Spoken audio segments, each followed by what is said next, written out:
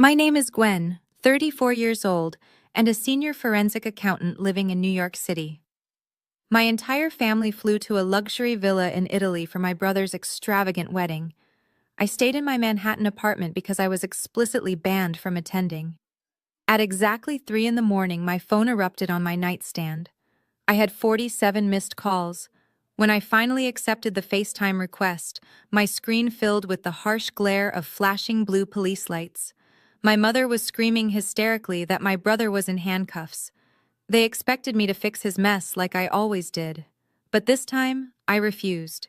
The actions I took that night did not just cancel a multi-million-dollar wedding, they destroyed 20 years of carefully crafted family lies. Before I continue this story, let me know where you are watching from in the comments below. Hit like and subscribe if you have ever had to stop funding the illusion of a perfect family and chose your own peace instead. The cold hardwood floor chilled my bare feet as I sat up in bed. The screen of my phone illuminated the dark room, displaying the panicked face of my 60-year-old mother, Brenda. Behind her, the stunning architecture of a Lake Como rental villa was washed in the alternating red and blue strobe lights of Italian police cruisers. Two officers in dark uniforms were standing on the marble patio, holding my 32-year-old brother, Connor, against a stone pillar. His hands were zip-tied behind his back. He was wearing a custom tuxedo, and his face was pale with absolute terror. "Gwen, pick up the phone and do something," my mother shrieked through the speaker, her voice echoing off the villa walls. "You need to wire $150,000 to the hotel concierge account right this second. They are trying to take your brother away." I stared at the screen, my mind instantly shifting to the analytical precision required by my job. I investigate corporate financial fraud for a living. I read lies hidden inside balance sheets and trace missing funds across international borders. So when my mother demanded a 6-figure wire transfer at 3 in the morning for a brother who had not held a steady job in 3 years, I did not panic. I simply asked her what Connor had done this time. My mother pushed her face close to the camera. "What did he do?" "He did nothing," she yelled, her tone dripping with the venom she always reserved just for me. "This is all your fault, Gwen. Your brother's credit cards were declined at the rehearsal dinner. The hotel manager panicked and called the authorities because the final payment for the entire wedding week bounced. You are a cold and vindictive person. I know you are furious that Connor did not invite you, but freezing his accounts to ruin his big day is sick. You are going to let him go to a foreign prison just because you are jealous." I took a slow breath, letting her accusations wash over me. Connor was the golden child. He was the handsome son who could do no wrong despite a documented history of gambling debts. I was the scapegoat the boring accountant expected to quietly sweep up his messes and absorb the financial blows. But I had absolutely no access to his personal bank accounts, nor did I have the authority to freeze his credit cards. "Mom, I am not in charge of his money," I replied, keeping my voice dangerously level. "I have not spoken to him in 6 months. How could I possibly freeze his accounts from across the ocean?" "Do not play stupid with me," she snapped, turning her phone slightly so I could see Connor violently struggling. "He told us exactly what you did. He said you got angry about the guest list and used your forensic accounting software to lock him out of his corporate funds. You are trying to humiliate him in front of his new family. Nia and her parents are upstairs terrified. You know they are a prominent family from Atlanta. If they find out Connor cannot pay for this wedding, it will be a disaster." The pieces began falling into place. Connor was marrying into wealth. Nia was beautiful, sophisticated, and completely unaware of my brother's actual financial reality. Connor had obviously spun a massive web of lies to secure this marriage, and that web was rapidly unraveling on the shores of Lake Como. I stood up and walked toward my home office carrying the phone. "I am starting my computer," I said. "Just transfer the money, Gwen," my mother cried out. "Be a good sister and save him." I placed the phone on its stand, ignoring my mother's frantic pleas, and woke up my dual monitors. The glow of the screens cast a harsh light across my home office. I bypassed my personal checking account and logged directly into my comprehensive credit monitoring dashboard. As a senior forensic accountant, I have maximum security alerts placed on my Social Security number by default. The dashboard immediately flashed a critical warning. A massive red banner spanned the top of the screen, indicating a severe security breach. Someone had bypassed my secondary authentication. I clicked the alert, my eyes scanning the data with practiced efficiency. There were no tears, no emotional breakdowns, just the cold, hard reality of numbers. A staggering unsecured personal loan of $150,000 had been finalized exactly 48 hours ago. The funds had been funneled into a newly created joint checking account, bearing both my name and my brother Connor's name. The digital footprint was remarkably sloppy. Connor had used my Social Security number, my previous billing address from 3 years ago, and a fabricated employment verification document to secure the capital from a predatory online lender. He had then attempted to wire the entire sum in staggered payments to various international accounts. The recipients were an elite catering company in Milan, a luxury boat rental service on Lake Como, and a premium floral designer. But Connor had made a fatal miscalculation. He triggered my automated fraud protection. My banking institution detected the sudden influx of credit and the immediate attempts to wire massive sums overseas. The fraud algorithm instantly locked down the joint account and reversed the outgoing wire transfers. Every single check Connor wrote to the Italian vendors had bounced. That was why the hotel manager called the police.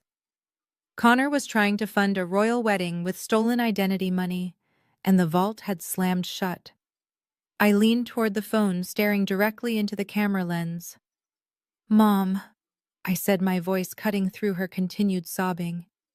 Connor did not get locked out of his corporate funds.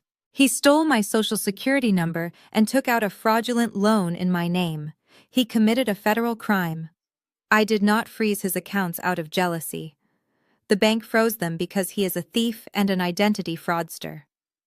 The line went dead silent for a brief moment. Even the police sirens in the background seemed to fade.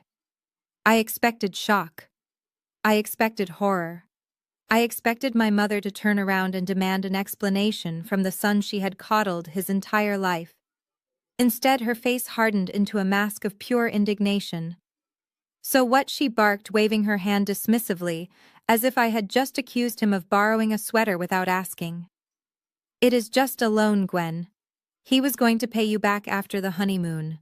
Family helps family. You have excellent credit and you make a fortune at that firm. He just needed to borrow your good name for a few days to get the vendor payments cleared. How can you be so selfish at a time like this?" I sat back in my chair, genuinely astounded by her delusion. "Borrow my good name," I repeated, shaking my head. "Mom, this is a felony. He forged my signature and stole my identity. The Italian authorities are not arresting him because of a bank error. They are arresting him because he just tried to defraud multiple local businesses using illegitimate funds. If I validate this loan, I am legally on the hook for $150,000. "Do not use those intimidating legal words with me," she yelled, her face turning bright red. "You always do this. You always try to make yourself sound so smart and make your brother look bad. He is your blood. He is marrying a woman from a very powerful African-American family. Nia's father is a respected business mogul. Do you have any idea how embarrassing this is for us? You need to call your bank right now, tell them it was a misunderstanding, and release those funds. If you do not fix this, the wedding is completely ruined, and it will be entirely your fault." The sheer audacity of her demand left a bitter taste in my mouth. She was not asking for a favor. She was ordering me to become an accessory to a major financial crime just to protect the fragile ego of her golden child. Connor had gambled with my financial future to buy himself a billionaire persona, and my mother was entirely willing to sacrifice me on the altar of his vanity. I firmly refused to let them completely destroy my entire life simply to fund their toxic and twisted illusion. Suddenly, the camera jerked violently as the phone was snatched from my mother's hands. My 62-year-old father, Richard, filled the screen. His jaw was clenched, and his eyes darted nervously toward the Italian officers who were now speaking rapidly into their radios. Unlike my mother, who relied on hysterics to get her way, my father employed a different tactic. He used condescension and aggressive authority, always expecting me to fall into line. "Gwen, enough of this absolute nonsense," he barked, his voice dropping into a harsh whisper so the people upstairs would not hear him. "Stop being so dramatic. You make too much money anyway sitting in that fancy office of yours. You have a massive savings account and you barely spend a dime. Unfreeze the cards, authorize the bank transfer, and let your brother enjoy his wedding. We can sort out the paperwork details when we get back to the States." The sheer entitlement radiating from him was suffocating. He was not asking me to lend them money. He was commanding me to accept liability for a massive federal crime, as if he were simply asking me to pick up the tab for dinner. "Dad, there are no paperwork details to sort out," I replied, pressing my fingertips against my temples to fend off a looming headache. "Connor stole my identity. The bank flagged it as severe financial fraud. Even if I wanted to throw away $150,000, which I absolutely do not, I cannot just call the fraud department and tell them I changed my mind about a felony." My father scowled, leaning closer to the phone until his face was distorted by the lens. "You need to fix this right now to save face," he hissed, his face turning purple with rage. "Do you have any idea who is sleeping in the master suite upstairs?" Nia comes from a very wealthy, elite African-American family in Atlanta. Her father, Thomas, owns the largest chain of luxury car dealerships in the entire South. They flew here on a private jet, Gwen. A private jet. If Thomas finds out Connor is broke and getting arrested for bouncing checks, this wedding is over. We will be the laughingstock of their entire social circle. You are going to ruin your brother's one chance at securing his future with a good family." His words ignited a fire of pure resentment deep inside my chest. He was perfectly willing to let me go bankrupt and face potential legal ruin just to maintain a fake billionaire facade for a family they barely knew. He wanted me to buy Connor a golden ticket into high society. "Secure his future," I repeated, my voice rising with a cold, sharp edge that made him flinch. "You mean like how I secured his future 10 years ago? Have you completely forgotten that you and Mom cornered me in my college dorm room and begged me to drain my entire academic savings account to pay for his high-end gambling rehab facility? You swore to me it was a matter of life and death. You promised me you would pay me back every single cent, but you never did." He tried to interrupt, but I cut him off, the years of suppressed anger finally pouring out. "Instead of paying me back for saving his life, you turned around 6 months later and bought Connor a brand new Tesla because you claimed he needed a reliable car to get to his entry-level job, a job he was fired from 3 weeks later.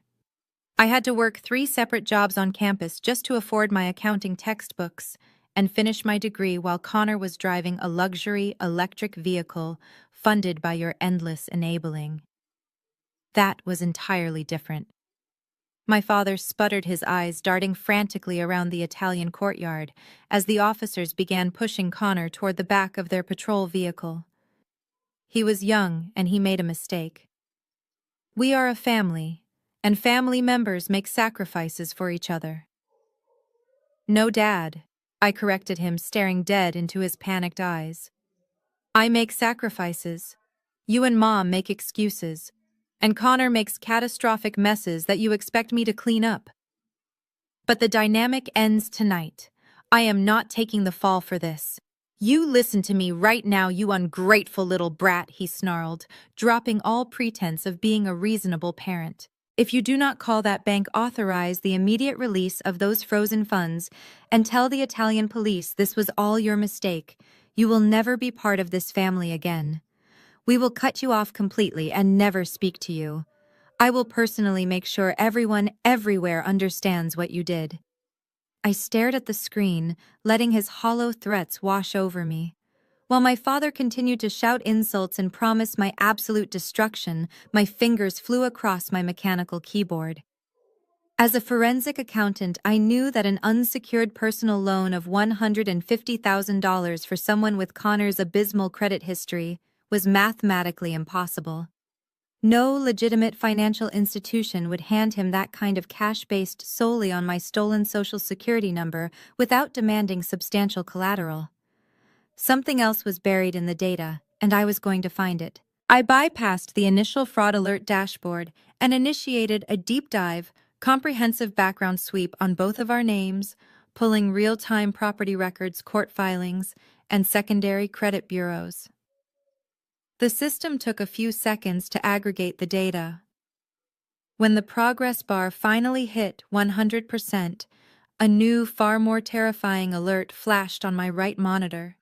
It was a lien notification. My blood ran completely cold as I clicked on the attached PDF file. It was a copy of the loan origination document from the predatory lender. I scanned past the forged signatures and the fake employment verification, my eyes locking onto the section labeled Collateral and Secured Assets. Connor had not just taken out a standard unsecured loan, he had secured the massive debt against a piece of real estate.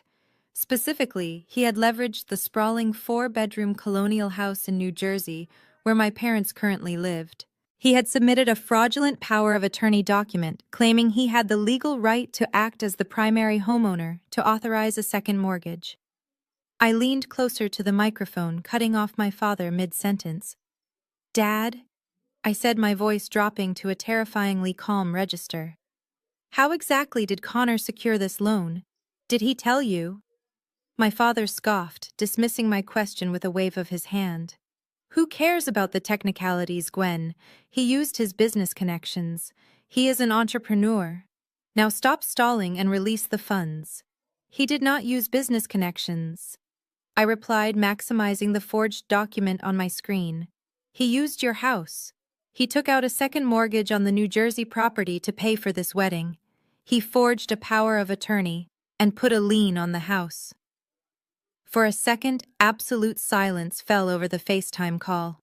Even my mother stopped her dramatic sobbing. My father's face contorted in a mixture of confusion and sudden panic. "What are you talking about?" he demanded, his voice trembling slightly. "He cannot put a lien on our house. The mortgage is completely paid off. We own it free and clear. He does not have the deed." And that was the moment the final devastating piece of the puzzle clicked into place. The ultimate secret my parents had buried to protect their pride. "No, Dad," I said slowly, savoring the bitter irony of the situation. "You do not own that house free and clear. You do not own it at all." 5 years ago, while Connor was busy pretending to be a crypto millionaire on the internet, my parents had fallen massively behind on their property taxes and mortgage payments. The bank had initiated foreclosure proceedings.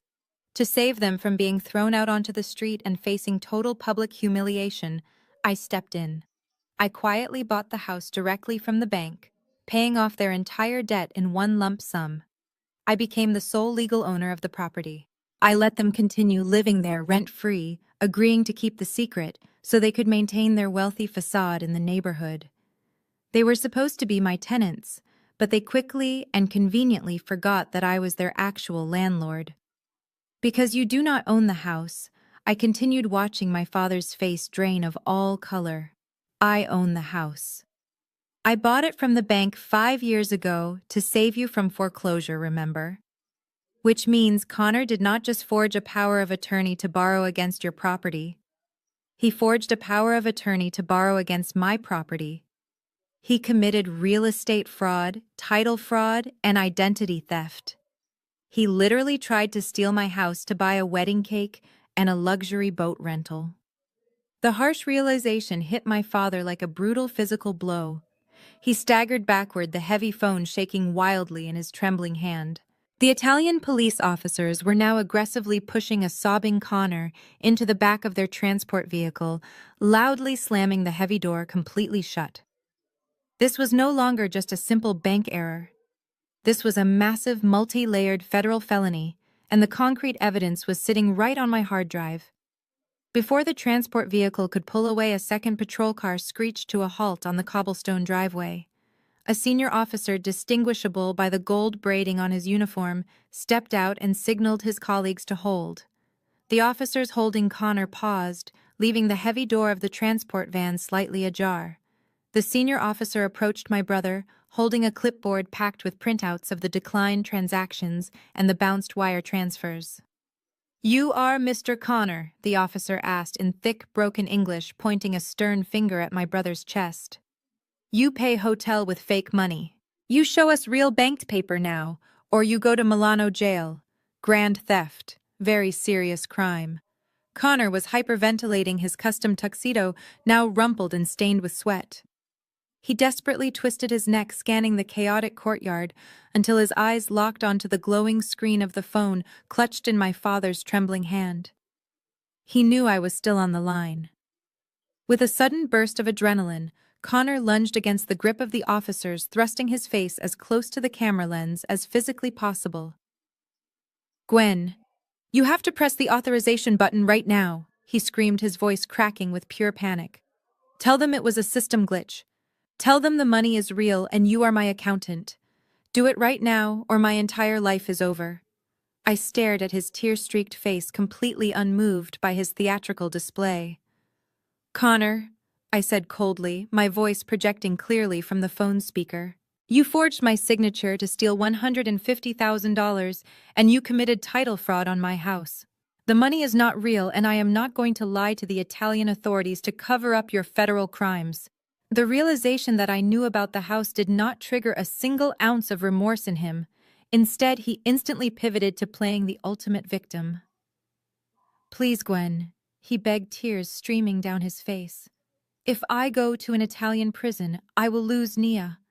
She is the love of my life. Her family will cancel the wedding, and I will have absolutely nothing. Do you want me to die in a foreign jail cell?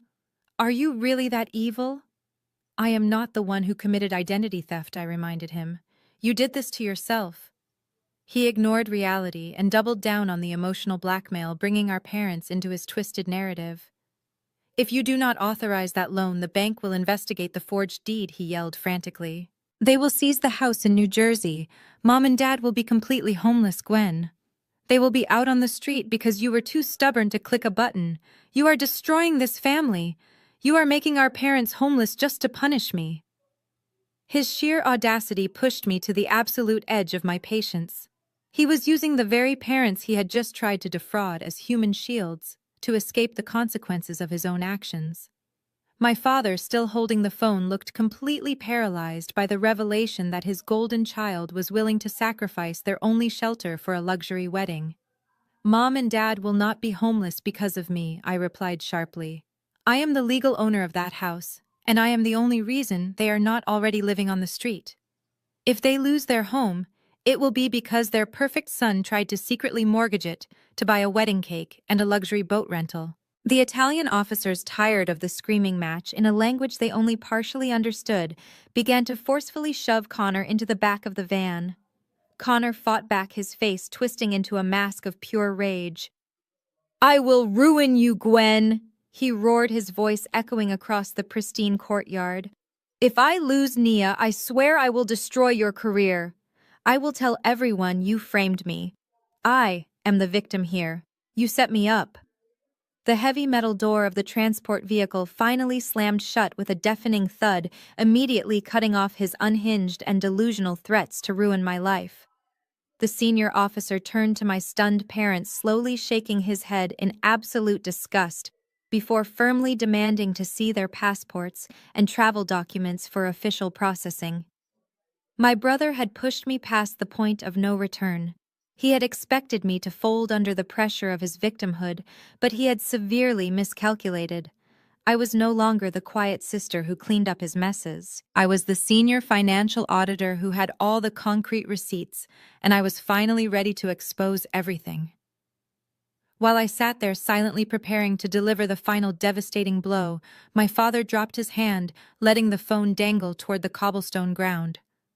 The screen spun dizzily, capturing the chaotic flashes of the red and blue police lights and the polished black shoes of the Italian authorities.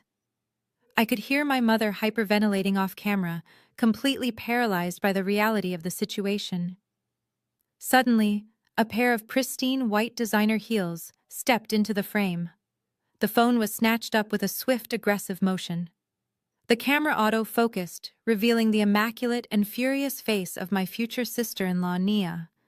She was wearing a custom white silk bridal robe with the word bride embroidered in heavy gold thread across the lapel. Her hair and makeup were flawlessly styled for the extravagant rehearsal dinner she had just been forced to leave. Nia glared into the camera lens with an expression of absolute disgust, her dark eyes flashing with a terrifying sense of elite entitlement. "What exactly is your problem?" Nia demanded, her voice dripping with venomous condescension. "Connor told me you had a history of mental instability and severe jealousy issues, but I never imagined you would pull a stunt like this on our wedding weekend. You are supposed to be an employee of his firm. You are a bitter, low-level bookkeeper who is lucky my fiancé even keeps you on the payroll out of sheer pity. And now you think you can hack into the corporate accounts and freeze his assets just because you are mad you did not get an invitation to Lake Como. You are pathetic." I sat perfectly still in my desk chair, absorbing the sheer magnitude of the delusion radiating from my screen. My brother had not just exaggerated his income to impress a wealthy woman. He had fabricated an entire alternate universe where he was a wildly successful chief executive officer, and I was nothing but his unstable, incompetent subordinate. Nia tossed her perfectly styled hair over her silk-covered shoulder, entirely convinced she was speaking to a jealous peasant. "Listen to me very carefully," she sneered, pointing a perfectly manicured acrylic fingernail directly at the camera lens. "You picked the absolute wrong family to mess with today. My father is Thomas Carter. He owns one of the most powerful corporate empires in Atlanta. We have an entire team of high-powered, ruthless lawyers on retainer who specialize in corporate sabotage and financial interference. If you do not log back into your little accounting software right this second and release Connor's corporate funds, I will personally have my legal team destroy you. We will sue you for everything you are worth. We will take your apartment, your savings, and we will make sure you are blacklisted from ever working in the financial sector again. You will be completely ruined before my honeymoon is even over." Her arrogance was truly breathtaking. She spoke with the unwavering confidence of someone who had never been told no in her entire life. She was completely oblivious that the man she was about to marry was currently sitting in the back of an Italian police van for stealing my identity. "Nia," I said, keeping my tone deadly calm and completely devoid of emotion. "You need to stop threatening me and start paying very close attention to what is actually happening around you. Connor does not own a firm. He does not have corporate funds. You are threatening to sue the only person who actually knows the truth about your fiancé." Nia let out a sharp, mocking laugh that echoed loudly in the villa courtyard. "Oh, please," she scoffed, rolling her eyes dramatically. "Save your pathetic lies for someone who actually cares. Connor warned me you would try to spin some crazy narrative to make yourself look like the victim. He told me you always try to tear him down because you are single, miserable, and stuck in a dead-end job while he is out building an empire. You are just furious because he is successful and marrying into a family of real wealth and status. You cannot stand that he has completely outgrown you." I looked at her beautiful, arrogant face and felt a fleeting moment of genuine pity. She was about to fall from a very high pedestal, and the impact was going to be absolutely devastating. My brother had built his entire romantic relationship on a foundation of stolen money and forged documents. "You really have absolutely no idea who you are marrying, do you?" I asked quietly. Nia sneered, leaning closer to the camera. "I am marrying a self-made millionaire," she fired back. "And you are just a sad, jealous woman who is about to get sued into bankruptcy." I let her words hang in the air for a moment. The sheer scale of Connor's deception was finally coming into sharp focus. He had not simply embellished his resume or exaggerated his crypto investments to win over a wealthy woman. He had stolen my entire life. He had taken my decade of grueling university studies, my brutal licensing exams, and my hard-earned position as a senior forensic accountant, and he had seamlessly grafted them onto his own pathetic existence. He was using my exact career trajectory as his own personal dating profile. It was horrifying. So I replied, keeping my expression perfectly neutral. Connor told you that he owns the forensic accounting firm in Manhattan. Of course he does. Nia snapped, adjusting the collar of her expensive silk robe. He built it from the ground up. He told my father all about how he navigated the corporate tax audits for Fortune 500 companies last year. That is exactly why my father respects him so much. Thomas Carter does not just let any ordinary man marry his daughter. He respects ambition. Connor is a visionary. He even showed us the corporate lease agreement for the financial district office. And he told us how he generously gave you a low-level data entry job because nobody else would hire someone with your mental health struggles. You should be down on your knees thanking him instead of trying to sabotage his rehearsal dinner. I clicked my mouse, bringing up the actual corporate directory of my firm on my second monitor. Connor's name was nowhere on it, obviously, because he had never set foot inside the building. The lease agreement he showed her father was undoubtedly another crude forgery, likely mocked up on the same laptop he used to steal my social security number. The Fortune 500 audits Nia was bragging about were my exact case files from the previous fiscal year. My parents must have fed him the details of my career over Sunday dinners, and he had weaponized my own achievements to construct his fake billionaire persona. He needed this extravagant Italian wedding to maintain the illusion. He needed the vintage champagne, the Lake Como villa, and the custom tuxedo to prove to the Atlanta elite that he was one of them. But because he was completely broke and unemployed, he had to fund his billionaire cosplay with my credit and my real estate. Nia, I said, leaning closer to the microphone. I want you to listen to me very carefully. My name is on the lease of that corporate office, not his. I am the senior auditor who handled those corporate tax accounts. Connor does not own a firm. He does not even have a college degree. He dropped out of his second semester to go to a gambling rehabilitation center which I paid for. Nia rolled her eyes, letting out a heavy, dramatic sigh. This is exactly what he warned us about, she said, her voice dripping with condescending pity. He said you had a severe delusion problem. He said you constantly try to claim credit for his hard work because you cannot handle your own mediocrity. You are actually sick, Gwen. You need professional psychiatric help. Now I am going to give you one last chance to fix your little computer glitch and release his corporate funds. If you do not, I will have my father call the bank president directly. We know people at the very top of the financial food chain. Her blind faith in his lies was staggering. Connor had expertly weaponized the very concept of gaslighting, turning his wealthy fiancé into his most aggressive attack dog. He knew that by painting me as a bitter, mentally unstable sister, Nia and her powerful family would immediately dismiss anything I said as the ravings of a jealous lunatic. It was a masterclass in manipulation. You cannot call the bank president to authorize a stolen identity loan, I stated flatly. The funds you are demanding are the proceeds of a federal crime. If your father is as smart a businessman as you claim, he will know how to read a basic credit report. Tell Connor to show you his actual bank statements. Tell him to log into his supposed corporate accounts right now in front of you and the Italian police. Nia scoffed, her face twisting with pure indignation. I do not need to check his bank accounts. I know exactly who he is. You know a ghost, I shot back, my patience finally evaporating completely. You are marrying a financial predator who is currently in handcuffs because his stolen money ran out. Before Nia could launch another barrage of legal threats, a hand reached into the frame and violently yanked the phone away. The camera whipped around, capturing a blur of stone pillars and panicked faces, before focusing on my father's flushed face. Richard had dragged the phone away from Nia, retreating into a dimly lit hallway to isolate our conversation from the bride and her wealthy family. His breathing was heavy and sweat glistened on his forehead. He looked nervously over his shoulder, ensuring Thomas and Nia were out of earshot, before leaning closely into the microphone.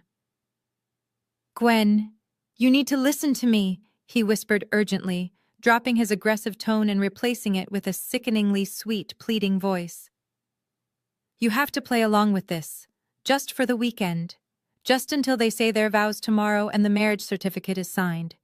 You have to let Nia believe you are the unstable employee, and he is the chief executive officer.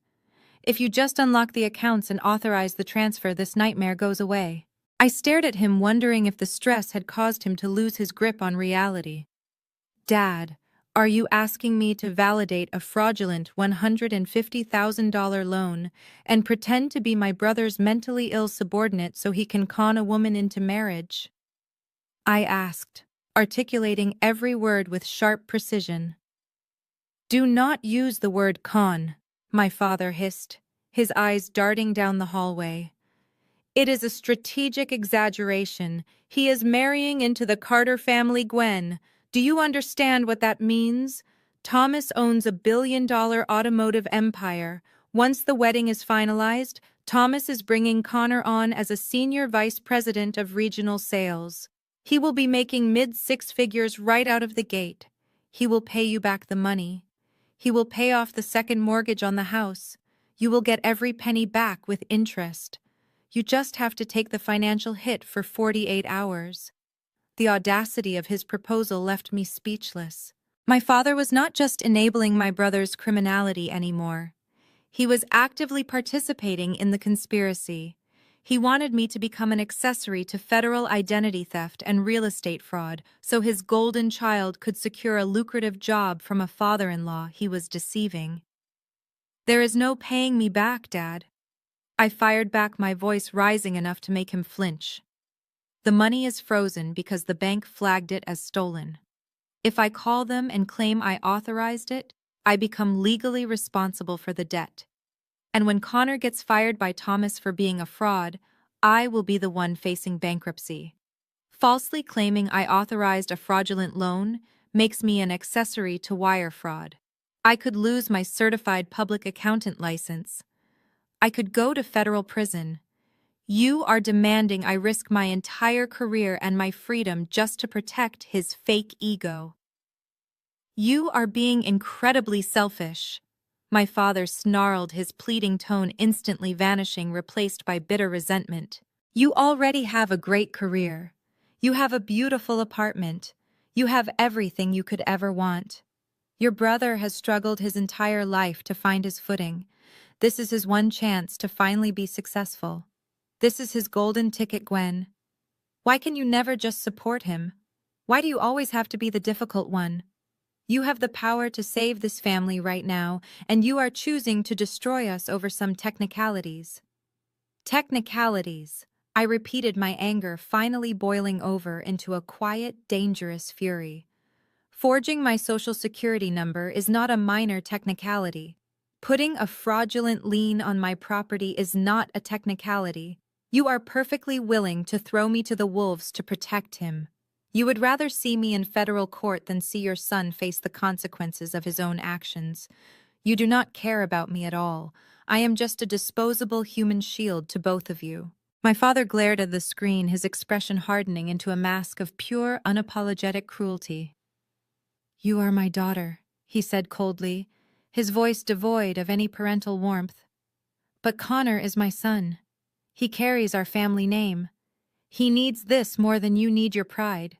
Now you are going to call your bank, and you are going to tell them you authorized the loan. You are going to apologize to Nia and tell her you are having a severe mental breakdown. If you refuse to do this right now, you are completely dead to me. He delivered the ultimate betrayal with absolutely zero hesitation or remorse. He had firmly made his choice. His devastating words finally freed me to make mine without any lingering feelings of guilt whatsoever. As my father finished delivering his ruthless ultimatum, the camera abruptly jerked sideways. He shoved the phone back into my mother's hands.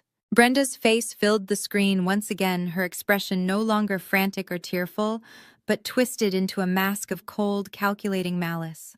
She had been listening to the entire exchange, and seeing that my father's aggressive approach had failed to break me, she decided to deploy the ultimate weapon in her manipulative arsenal. She was going to use my reputation against me. Gwen, you are not going to walk away from us. My mother sneered, her voice dropping to a harsh, venomous whisper. You have always been the one to fix things.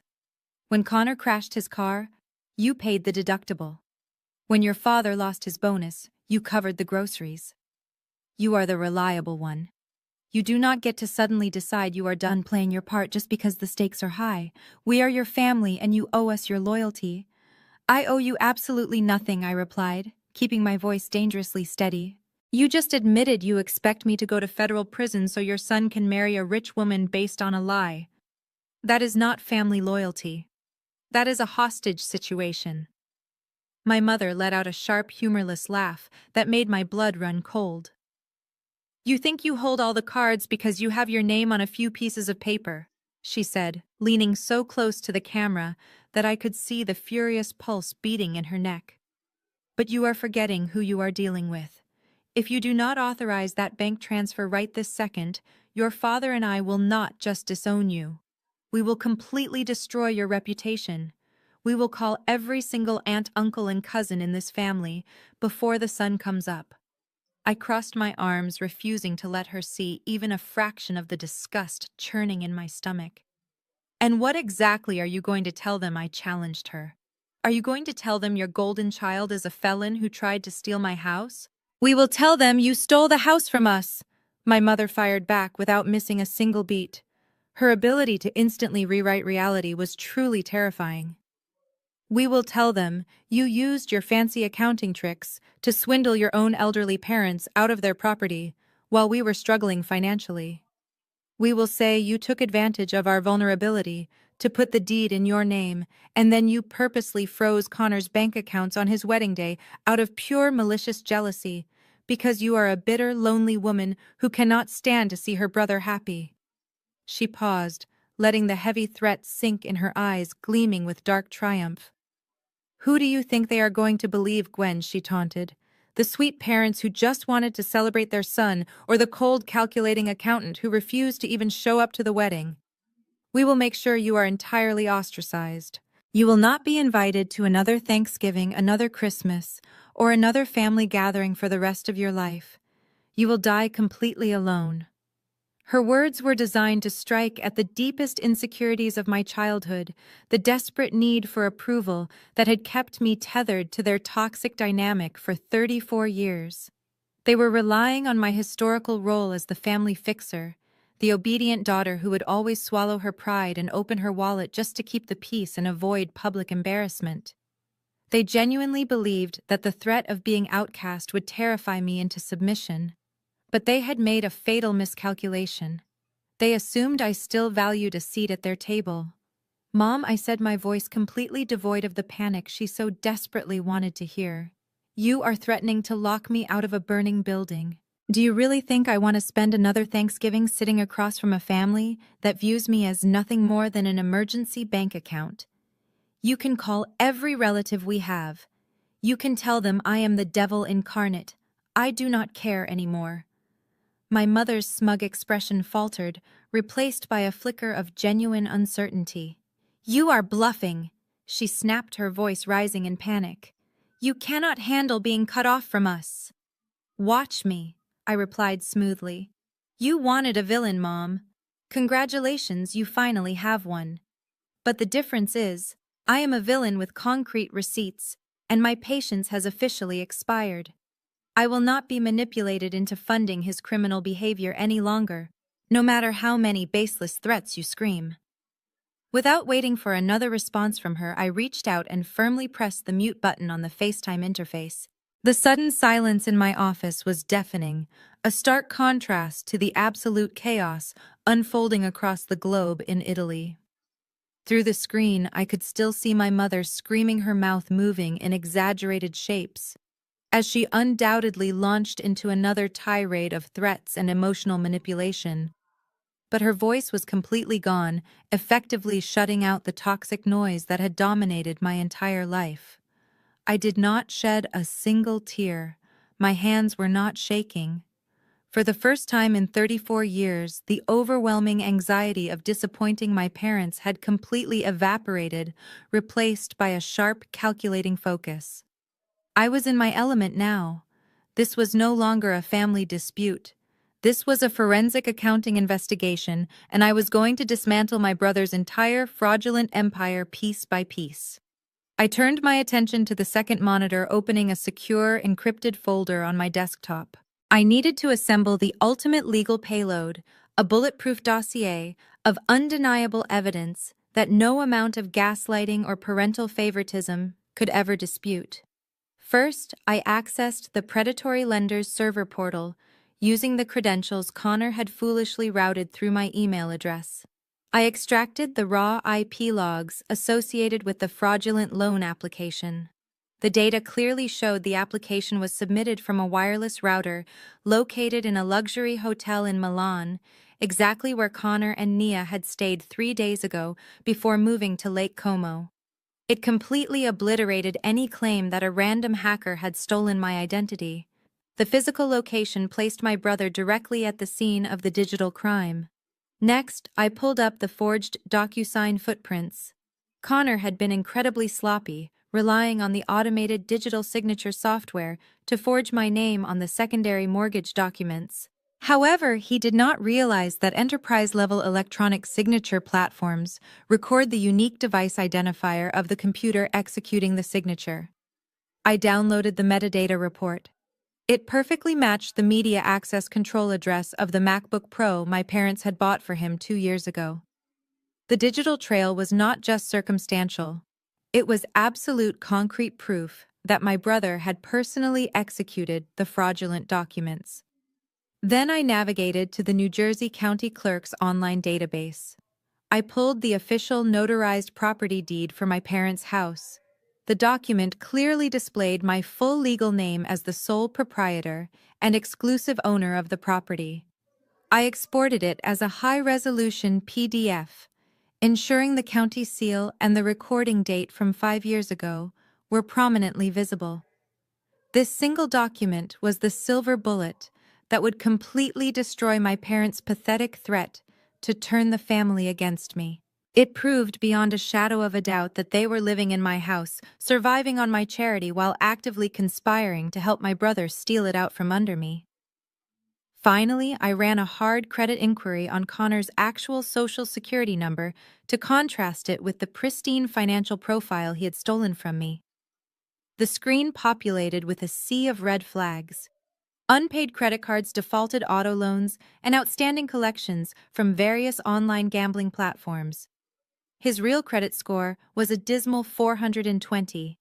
It was the financial profile of an absolute disaster. I took a screenshot of the damning score, placing it right next to the fabricated bank statements he had likely shown his future father-in-law. The contrast was staggering. He was a complete fraud wearing a very expensive borrowed suit. I compiled the IP logs, the digital signature metadata, the verified property deed, and his disastrous credit score into a single comprehensive PDF document. I titled the file with a simple clinical name to ensure it looked like an official corporate audit report. This was the receipt of all receipts. This was the irrefutable truth that would shatter the billionaire CEO illusion forever. I checked the FaceTime window one more time. My father had taken the phone back and was aggressively jabbing his finger at the camera, his face red with fury, completely unaware that his voice was muted and his threats were falling on deaf ears. They thought I was sitting here crying, agonizing over their ultimatums, and desperately trying to find a way to save their golden child. They had no idea I was quietly loading the digital weapon that would end this nightmare for good. I took a deep breath, perfectly satisfied with the meticulously organized dossier on my screen. I was completely ready to drop the final digital bomb that would permanently destroy every single lie they had ever told about me tonight.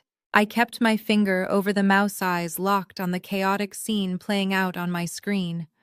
Before I could unmute the microphone to deliver my prepared dossier, the camera angle violently shifted again. My mother had dropped the phone onto a patio table in her panic. The lens pointed upward, capturing the dramatic stone arches of the villa and the tense faces in the courtyard. Suddenly, a towering figure stepped into the frame, instantly commanding the space. It was Thomas Carter Nia's father. He radiated generational wealth and absolute authority in his tailored dinner jacket. He did not look angry, which was somehow far more terrifying. He looked severely disappointed. "What is going on out here?"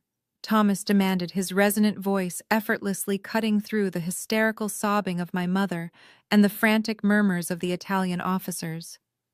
Why is the general manager of this hotel currently standing in the main lobby, threatening to evict my entire family and lock the doors?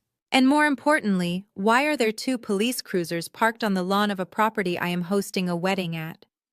Nia immediately rushed to her father's side, her previous arrogant demeanor vanishing, replaced by the nervous energy of a little girl seeking protection. "Daddy, it is just a huge misunderstanding," she stammered, wrapping her arms around his rigid elbow. Thomas ignored her, his sharp eyes scanning the courtyard until they landed on Connor. The Italian officers were standing next to my brother, holding his zip-tied hands, waiting for instructions. The humiliation of the moment should have crushed any normal human being. But Connor was not normal. He was a pathological liar who had spent his adult life talking his way out of catastrophic failures. Like a switch being flipped, his panic completely evaporated. He straightened his posture, rolled his shoulders back, and plastered on the charismatic, confident smile he used to con his way into the Carter family.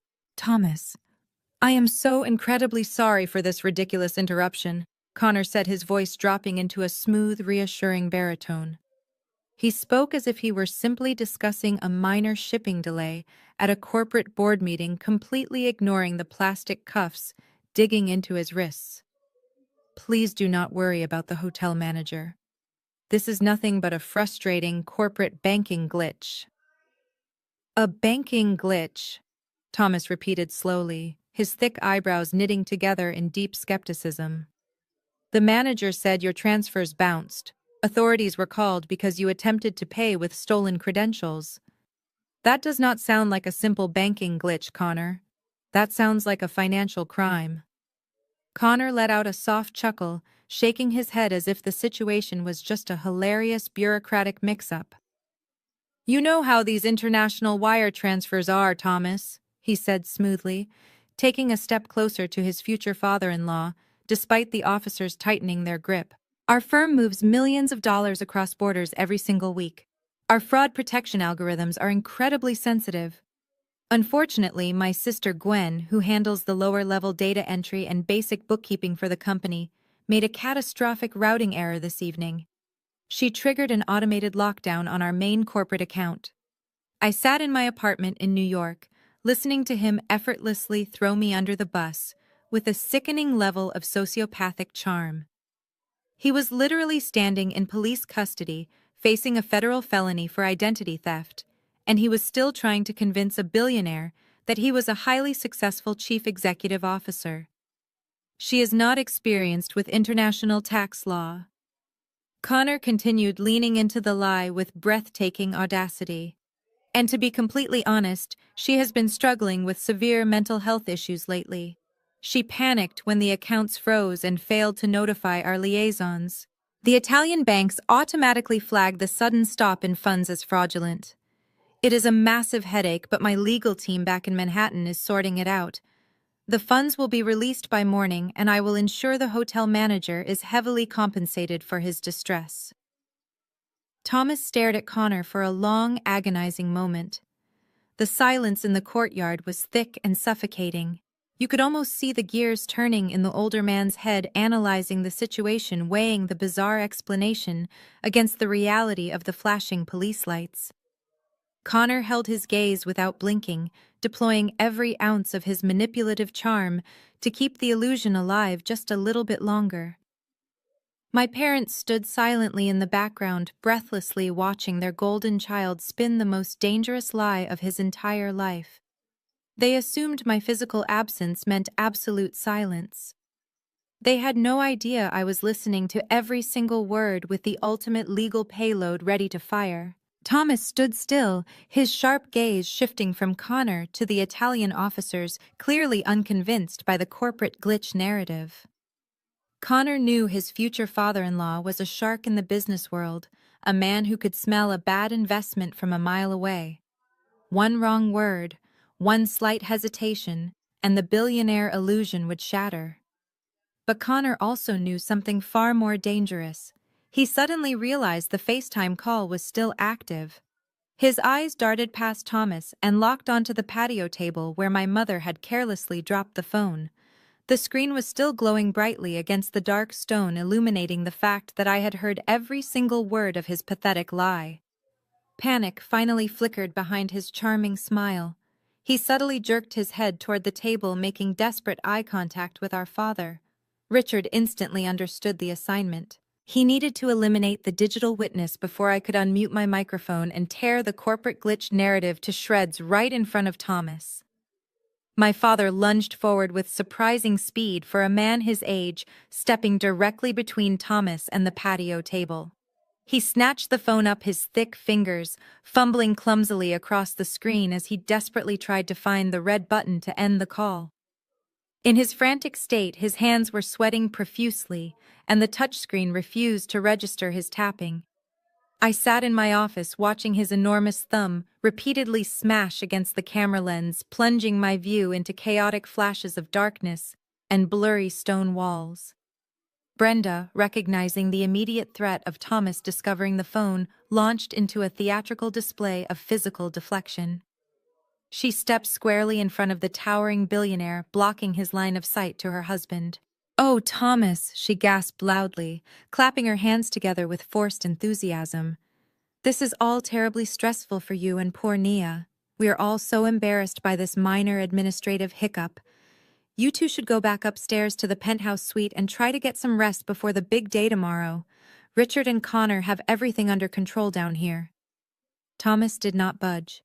He looked down at my mother as if she were a minor inconvenience blocking his path. "I do not sleep when police officers are attempting to arrest my future son-in-law in the courtyard of a luxury venue I paid for Brenda," he said, his voice dropping to a low, dangerous rumble. "I want to see the official documentation they are holding right now. I want to see exactly what kind of banking error requires handcuffs." Connor aggressively stepped sideways, physically blocking Thomas from approaching the officers. "Please, Thomas," Connor insisted, his voice dripping with fake humility. "I would never ask you to involve yourself in my firm internal auditing issues. It is highly confidential corporate data. My sister Gwen is currently on the phone with our compliance department in Manhattan as we speak. We are clearing the security protocols right now. Go comfort Nia. I will be upstairs in 15 minutes to explain everything." The Italian officers were entirely done with the side conversations. The senior officer stepped forward, shoving Connor back. "No more talking," the officer barked, holding up the stack of printed transaction records. "You show real money now or you go to station. We do not wait for your corporate people. This is criminal fraud." My parents panicked. The delicate balancing act was collapsing in real time. Richard, still failing to hang up the phone due to his sweating hands, shoved the device deep into his suit jacket pocket to muffle the audio. My screen went completely black, but the microphone was still active. I could hear the muffled rustling of the fabric as my father stepped closer to the police officers, speaking in a frantic whisper. He was begging the authorities to give them 10 more minutes, desperately promising that they had a wealthy benefactor standing right behind them who could clear the massive debt if they could just get him entirely alone. They were physically blocking the camera and muffling the speaker to ensure I could not interrupt their secondary con. Sitting in my quiet apartment, I pulled my hand away from the microphone button. Unmuting my audio would be useless now. Even if I screamed the truth, my voice would be nothing but a muffled buzzing sound trapped inside his pocket. They had effectively silenced me on the video call, but they were fighting an outdated war. They thought hiding a phone was enough to stop a senior forensic accountant. I did not need to shout to destroy their web of lies. I had a different method prepared to deliver the truth directly to the man who needed it most. I turned my chair completely away from the phone, ignoring the muffled, frantic rustling noises coming from my father's suit pocket. I dragged the compiled dossier of Connor's financial crimes into a secure, encrypted folder on my desktop. As a senior forensic accountant, I had access to premium corporate intelligence databases. I did not need to ask anyone for Thomas Carter's contact information. I simply opened my firm's global directory portal, typed in his full name, and the name of his automotive empire, and hit enter. Within 5 seconds, the system generated his executive profile, complete with his direct public business email address and his personal cellular number. I copied the email address into the recipient line of a new highly secure message, but sending it solely to Thomas was not enough. My father was currently standing in the Italian courtyard, desperately trying to sweet-talk the local police and the hotel manager into giving them more time. If Thomas confronted them privately, my parents would undoubtedly try to spin another massive web of lies to explain away the documents. I needed the authorities and the venue staff to see the exact same evidence simultaneously. It had to be a coordinated strike. I quickly opened a new browser tab, located the official website for the luxury villa in Lake Como, and found the direct email address for the executive concierge desk. I added the hotel manager to the carbon copy line of the email. I kept the subject line incredibly brief and entirely professional. I typed urgent financial fraud documentation regarding Connor and flagged the message with maximum priority. In the body of the email, I did not waste time with emotional apologies or family drama. I wrote with the cold clinical precision of a lead investigator presenting a case to a federal judge. I stated my full legal name, my corporate title, and my relation to the man currently being detained in their lobby. I explicitly clarified that I had absolutely no involvement with the fraudulent loan, that my identity had been stolen, and that my brother had zero affiliation with my accounting firm. I instructed them to review the attached PDF dossier containing the IP logs, the forged property deed, and Connor's actual credit history. While the attachments were uploading to the secure server, I glanced back at the FaceTime window on my second monitor. The screen was still completely pitch black, trapped deep inside my father's jacket. However, the microphone was picking up the chaotic audio with crystal clarity. I could hear the muffled, frantic voice of my father begging the Italian officers to just wait for his phantom banking liaison to call back. I could hear Connor deploying his smoothest, most charismatic tone, desperately assuring Thomas that the entire situation was nothing but an unfortunate misunderstanding caused by my incompetence. And I could hear my mother loudly offering to order more champagne for Nia, frantically trying to distract the bride from the reality of her collapsing wedding. They were putting on the performance of a lifetime. They were expending massive amounts of energy to physically block a camera lens and muffle a phone speaker, genuinely believing they had successfully neutralized me. They thought they had won. They thought they had successfully trapped me in New York, completely powerless to stop their glamorous Italian charade. The sheer irony of their ignorance was almost poetic. They were fighting a desperate analog war against a woman who held the digital keys to their total destruction. The upload progress bar hit 100%. The attachment was fully secured. I took one final deep breath, letting the steady rhythm of my own heartbeat ground me. I was about to cross a line that could never be uncrossed. Pressing the send button meant officially severing my ties with the people who had raised me. It meant actively participating in the arrest of my own flesh and blood. But as I listened to them casually throw my name and my hard-earned career into the mud just to protect a criminal, any lingering hesitation completely vanished. They had already severed the ties. I was simply making it official. I moved my cursor over the send button and firmly clicked my mouse.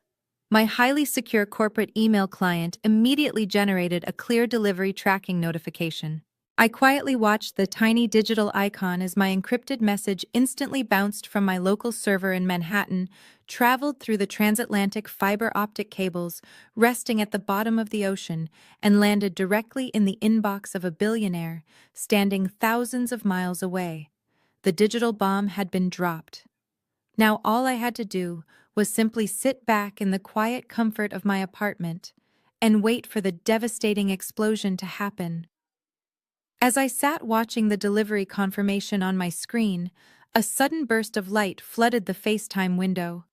My father had failed to properly lock his screen, and the phone was aggressively yanked from his pocket. The camera wildly swung upward, refocusing to reveal Nia's furious face. She had clearly grown tired of the men whispering with the police and decided to take matters into her own hands. She held the phone high, looking down at the camera lens with absolute disdain. She was completely unaware that the digital guillotine was already dropping toward her perfect wedding. "Are you still there, Gwen?" Nia demanded, her voice cutting sharply through the ambient noise of the Italian courtyard. "I want to make something perfectly clear to you before we hang up and permanently block your number. You will never actually understand what it means to be part of high society. You will never comprehend the concept of a true partnership between equals. You sit in your lonely apartment crunching numbers for other people while Connor and I are out here building a legacy. You are trying to drag him down to your pathetic level because you are terrified of being left behind." I did not interrupt her. I simply let her speak, observing her arrogant delusion with cold fascination. She was so convinced of her superiority that she was practically reading from his exact psychological script without knowing it. "You think freezing his corporate accounts is going to stop this wedding?" Nia continued, letting out a harsh laugh. "You are completely delusional. We do not need your routing errors fixed tonight. We are legally bound in ways you could never possibly dismantle. Connor and I already signed an ironclad prenuptial agreement last month. We signed a massive legal contract drafted and reviewed by the absolute top family lawyers residing in Atlanta." Her words hit me like a physical shockwave. A prenuptial agreement. My mind started racing through the severe legal implications. "That is right," Nia sneered, misinterpreting my stunned silence as defeat. "Connor insisted on it. He wanted to protect his massive corporate assets and his real estate portfolio from my family's estate. He is a self-made millionaire, Gwen. He brought his own wealth to the table. He laid out his entire financial portfolio for my father's legal team, every single investment account, every corporate holding, and every property deed. He proved exactly how successful he is. So your petty attempt to make him look broke in front of the hotel manager is entirely pathetic." The sheer magnitude of my brother's fraud suddenly expanded from a simple stolen credit line into a massive legal catastrophe. To sign a valid prenuptial agreement, both parties are legally required to submit sworn financial disclosure documents. It is a strict mandate under penalty of perjury. Connor had not just lied to a woman over dinner. He had submitted fabricated financial documents and fake corporate tax returns to elite corporate attorneys. He had sworn under oath that he owned assets that actually belonged to me. He had committed severe perjury and criminal fraud against the legal system. He had created an irreversible disaster. "Nia," I said, my voice dropping to a whisper. "Did he submit the New Jersey house in his asset disclosure for the prenuptial agreement?" "Of course he did," Nia bragged, completely oblivious to the legal trap. "He submitted the deed to the New Jersey Colonial, the Manhattan office lease, and the corporate investment portfolios. He laid it all out. He is fully protected from any financial liability. Our marriage is built on complete financial transparency. You are the only one trying to hide things. You are completely jealous of his incredible financial success." I stared at her, genuinely horrified by the radioactive legal disaster my brother had constructed. He had actively bound his fraudulent claims into a binding contract with a billionaire's legal team. When Thomas Carter's lawyers discovered that Connor had submitted forged documents and committed perjury during the prenuptial negotiations, they were going to absolutely destroy him. They were going to dismantle his entire life, and they would likely drag my parents down with him for corroborating his lies. There was absolutely no escaping this legal nightmare now. "You really think he protected his assets from you?" I asked, unable to keep the grim satisfaction out of my voice. "Nia, you need to turn around right now. Check your father." Nia frowned, clearly confused by my sudden shift in tone. "What are you talking about?" she snapped, her arrogant facade cracking slightly. "Just turn around and look at your father," I repeated calmly. "The financial transparency you are so incredibly proud of is about to be delivered right to him on a silver platter for everyone to finally see perfectly." Nia stared at the phone screen, her eyebrows pulling together in a tight knot of confusion and sudden apprehension. She did not understand what I meant by financial transparency being delivered, but my absolute certainty clearly rattled her. She slowly lowered the phone, the camera panning across the villa courtyard until it captured her father. Thomas was standing exactly where he had been, but he was no longer looking at my parents. He was staring down at his glowing iPad, which a hotel concierge had just rushed out to hand him. The notification bell had chimed. But before Thomas could even open the encrypted email I had just sent, the fragile standoff in the courtyard completely collapsed.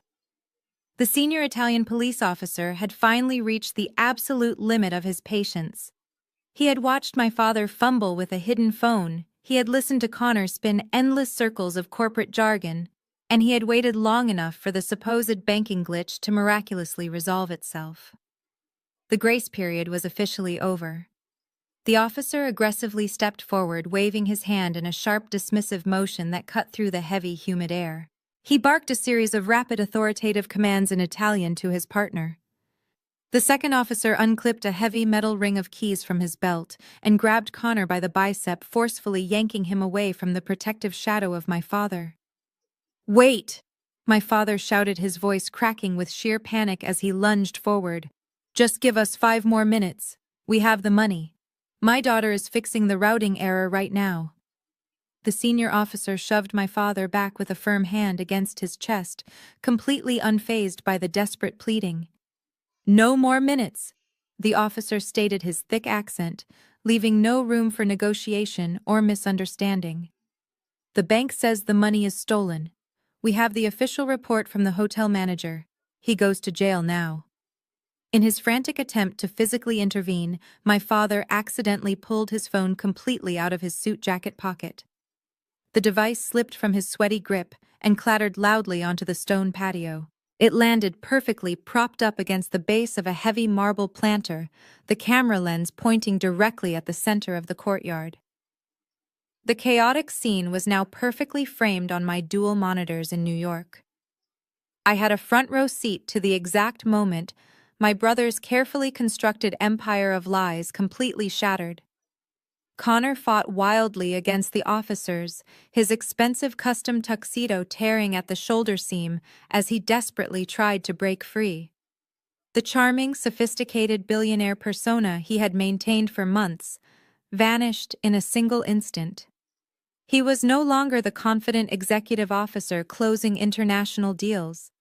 He was a terrified, cornered fraudster, realizing he was about to spend the night in a foreign prison cell.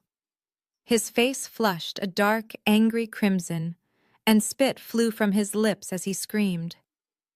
He violently twisted his neck, his wild eyes frantically scanning the patio until they locked onto the glowing screen of the dropped phone. He knew I was watching.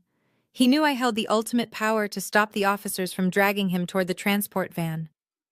"Gwen," he roared, his voice tearing through the courtyard with unhinged ferocity. "Press the button. Authorize the funds right now.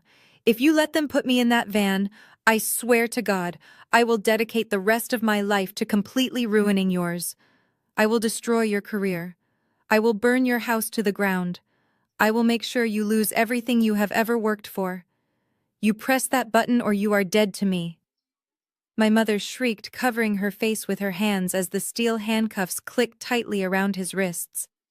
Nia stood completely frozen, her mouth slightly open, watching the man she thought was a powerful corporate titan throw a desperate, violent temper tantrum on the ground like a spoiled child. I sat in my quiet office thousands of miles away, listening to his vicious threats echo through the speakers. I looked at his furious face on my screen. He honestly believed that fear would still work on me. He thought that threatening to destroy my life would finally force me to surrender and fund his criminal lifestyle one last time. But he had absolutely no power left. He was a broke, unemployed felon screaming at a camera while the real power was currently sitting in the email inbox of the billionaire standing right behind him. I did not yell back. I did not justify my actions or beg for apology. I simply leaned back in my desk chair, looked directly into my webcam and smiled. I reached forward and finally pressed the small microphone icon on my screen, unmuting my audio. The sudden transmission of my quiet office background noise cut through the chaotic screaming in the Italian courtyard. My father froze, staring down at the phone leaning against the marble planter. Connor stopped thrashing against the grip of the Italian police officers waiting for me to finally surrender. He expected me to be crying. He expected me to be terrified by his threats of destroying my career and burning my life to the ground.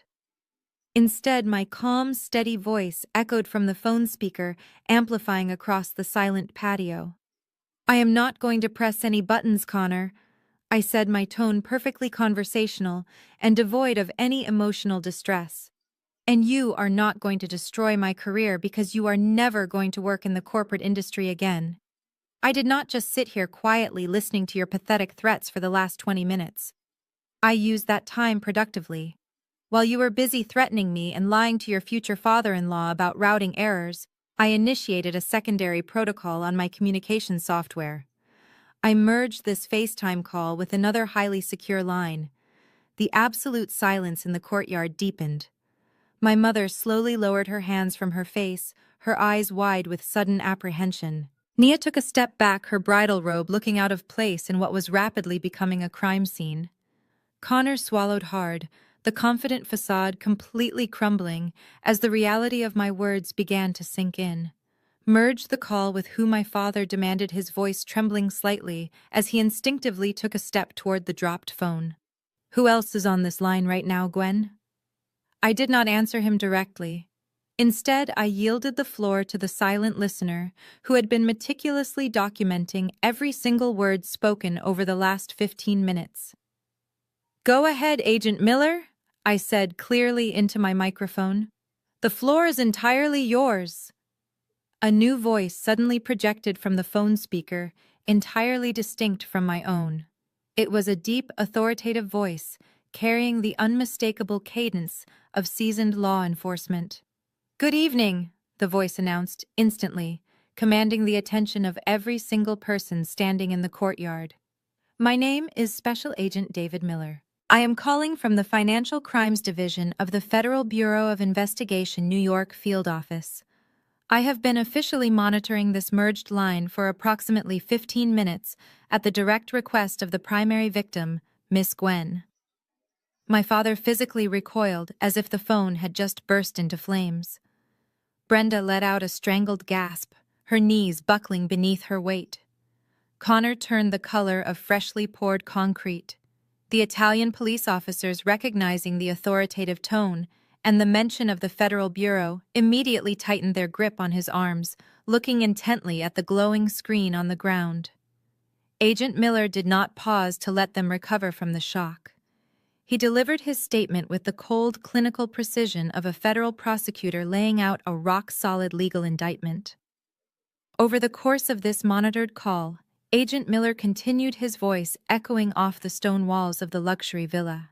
"I have recorded the suspect Connor actively threatening the victim in an attempt to extort the authorization of fraudulent funds. I have also recorded multiple individuals, presumably the parents of the suspect, actively attempting to coerce the victim into validating a forged document and covering up a federal crime involving interstate wire fraud and aggravated identity theft." The air in the courtyard was completely sucked out. This was no longer a messy family argument about wedding expenses. This was no longer a desperate attempt to maintain a fake billionaire persona in front of a wealthy bride.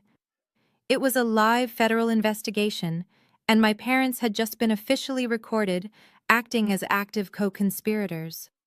They had openly admitted to knowing about the fraudulent nature of the loan and had aggressively pressured me to lie to a bank to protect the main perpetrator. "Mr. Connor," Agent Miller stated, his tone completely devoid of any sympathy, "you are currently detained by international authorities, but you should be fully aware that a federal warrant for your arrest is currently being drafted in the Southern District of New York. The financial transfers you attempted to execute constitute severe federal offenses. Extorting a witness across international lines carries additional mandatory prison sentencing." Connor opened his mouth to speak, but absolutely no sound came out. The charismatic entrepreneur who had confidently spun lies just moments ago was entirely gone, replaced by a terrified criminal staring directly into the abyss of a lengthy federal prison sentence. The senior Italian officer standing over the dropped phone slowly lowered his stack of printed transaction records. He had spent years dealing with wealthy tourists, trying to talk their way out of local trouble, but the sudden presence of an American federal agent entirely shifted the atmosphere in the courtyard. The officer crouched down, bringing his face closer to the phone, leaning against the marble planter. "Officer, this is Special Agent Miller," the voice projected clearly from the device. "I understand you have the suspect currently detained. Can you please confirm your jurisdiction and agency?" The Italian officer cleared his throat, his posture stiffening even while crouching. "I am Captain Rossi, with the Carabinieri of the Lombardy region," he replied in his thick accent. "We hold this man for grand theft and defrauding local hospitality businesses. He claims his corporate accounts are locked due to an administrative routing error by his sister." Agent Miller did not hesitate. "Captain Rossi, I am officially confirming that there is no corporate account and there is no routing error. The suspect Connor is not an executive officer of any financial firm. He illegally obtained his sister's social security number and forged her signature to secure a fraudulent, unsecured loan of $150,000. The credit cards he used to pay your local vendors are directly tied to that stolen identity. The funds were automatically frozen by American banking security protocols because they are the proceeds of a severe federal crime. He is actively attempting to flee international debts using a fabricated identity." The absolute finality in Agent Miller's voice echoed off the ancient stone walls of the villa. There was no room for interpretation, no loophole for my father to exploit, and no charming lie that could possibly save my brother now. The official confirmation from the Federal Bureau of Investigation hung heavily in the humid night air, completely obliterating the billionaire CEO illusion Connor had spent months carefully constructing. Captain Rossi nodded slowly. He stood up, his expression hardening as he looked down at my brother. The last shred of professional courtesy he had extended to a supposedly wealthy American tourist vanished entirely. He motioned to his partner, who immediately tightened the plastic cuffs around Connor's wrists, making him wince in sharp pain. Connor's confident facade completely shattered. The arrogant smirk he had worn since arriving in Italy dissolved into an expression of absolute, unadulterated terror. He began to hyperventilate. His chest heaved erratically beneath his ruined custom tuxedo shirt. He gasped for air, his eyes darting frantically around the courtyard like a trapped animal searching for an impossible escape route. He looked at Nia, begging silently for her family's wealth to shield him, but she took another horrified step backward. He looked at my father, the man who had enabled and protected him his entire life, but Richard was completely paralyzed, staring blankly at the stone patio. "I cannot breathe," Connor wheezed, his knees buckling slightly as the officers held him upright. "I cannot go to federal prison. Mom, you have to do something. Please do something." But my mother was in no position to save anyone. The sheer magnitude of the situation finally penetrated her deep layers of delusion. She realized that her golden child was not just facing a minor embarrassment. He was facing years in a federal penitentiary, and she had just been recorded by an FBI agent actively conspiring to help him commit financial extortion. The blood drained completely from Brenda's face, leaving her skin a ghastly shade of gray. She let out a weak, high-pitched gasp, clutching her chest with both trembling hands. Her knees gave out completely. She collapsed heavily into a wrought iron patio chair, her head falling back as she hovered on the very edge of fainting. She stared up at the dark Italian sky, taking short, shallow breaths, completely unable to process the total destruction of her perfect family image. My father rushed to her side, his own hands shaking violently as he tried to steady her. He looked terrified. The aggressive, commanding patriarch who had just threatened to disown me and destroy my reputation was entirely gone. He was finally realizing that the federal government does not care about neighborhood social status or family loyalty. He had actively participated in a recorded extortion attempt across international lines, and he knew Agent Miller was building a case against him as well. I watched them completely unravel on my monitor. For 34 years, they had demanded that I sacrifice my own well-being to protect Connor from the consequences of his actions. They had expected me to quietly absorb the financial and emotional damage he constantly inflicted. But tonight they were finally forced to face the brutal, unavoidable reality. As my mother gasped in her patio chair and my father stood frozen, a sharp chime cut through the silence. The notification bell echoed loudly from the sleek silver iPad resting firmly in Thomas Carter's hands. The hotel concierge had rushed it out to him just moments before the FBI bombshell dropped. Thomas did not look up. He simply raised the tablet, adjusted the gold-rimmed reading glasses perched on the bridge of his nose, and tapped the glowing screen. He had opened my email. I sat perfectly still in Manhattan, watching the automotive tycoon process the digital execution of my brother. Thomas swiped his finger across the glass opening the attached PDF dossier I compiled. The courtyard remained agonizingly quiet save for my mother's ragged breathing. Thomas spent a full 60 seconds reading in absolute silence. You could physically see his formidable intellect absorbing the hard data, verifying the official county seals, and connecting the devastating dots. His expression did not twist into rage. Instead, it hardened into a mask of pure, terrifying clarity. He was a man who built a billion-dollar empire by reading complex contracts, and he immediately recognized a bulletproof audit when he saw one. Naya took a hesitant step toward him, her hands trembling as she clutched the lapels of her bridal robe. "Daddy," she whispered, her voice barely audible. "What does it say? Who is emailing you right now?" Thomas slowly lowered his reading glasses, letting them hang from the gold chain around his neck.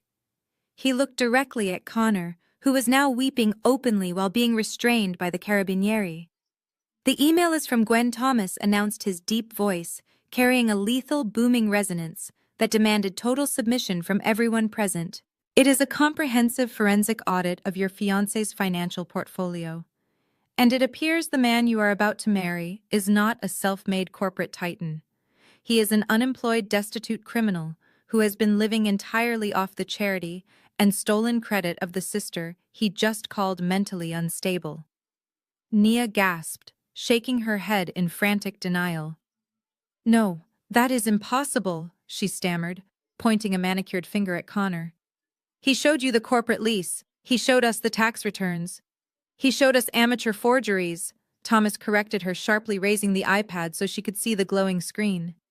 "According to these official federal background checks and verified tax records, Connor has not held a legitimate job in over 36 months. He does not own a forensic accounting firm. He does not sit on a corporate board. His actual credit score is an abysmal 420.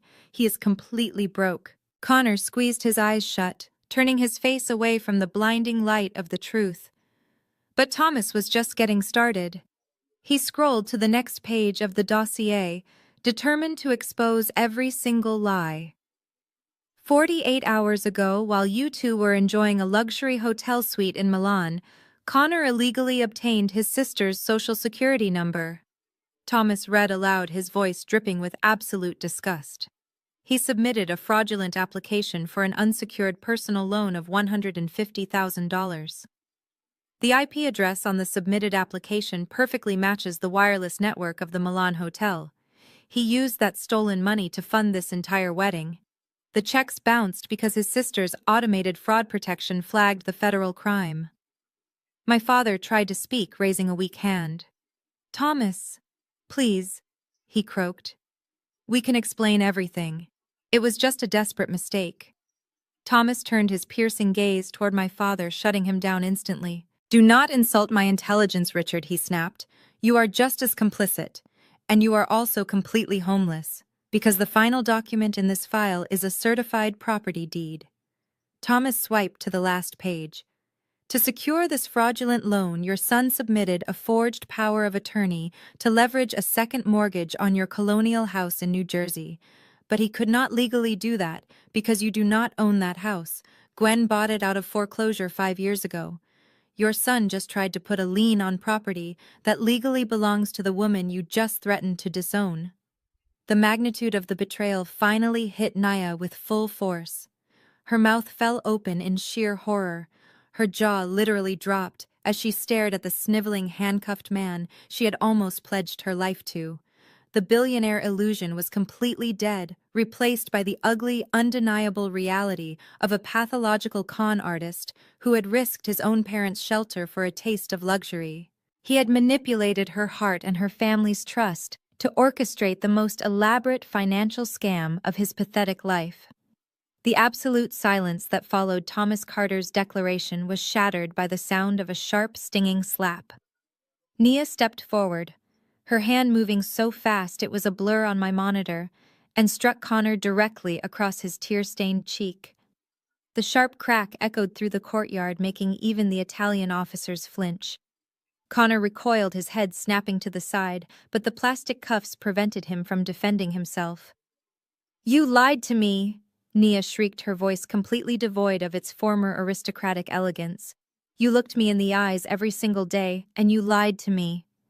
You made me introduce you to my father. You made me bring you into my home. You made me sign a prenuptial agreement to protect assets that did not even exist. You are nothing but a disgusting, broke criminal who was trying to steal my family money." Connor desperately shook his head, tears streaming down his face as he tried to salvage the unsalvageable. "Nia, please listen to me," he sobbed, his voice breaking into a pathetic whine. "I did it all for us.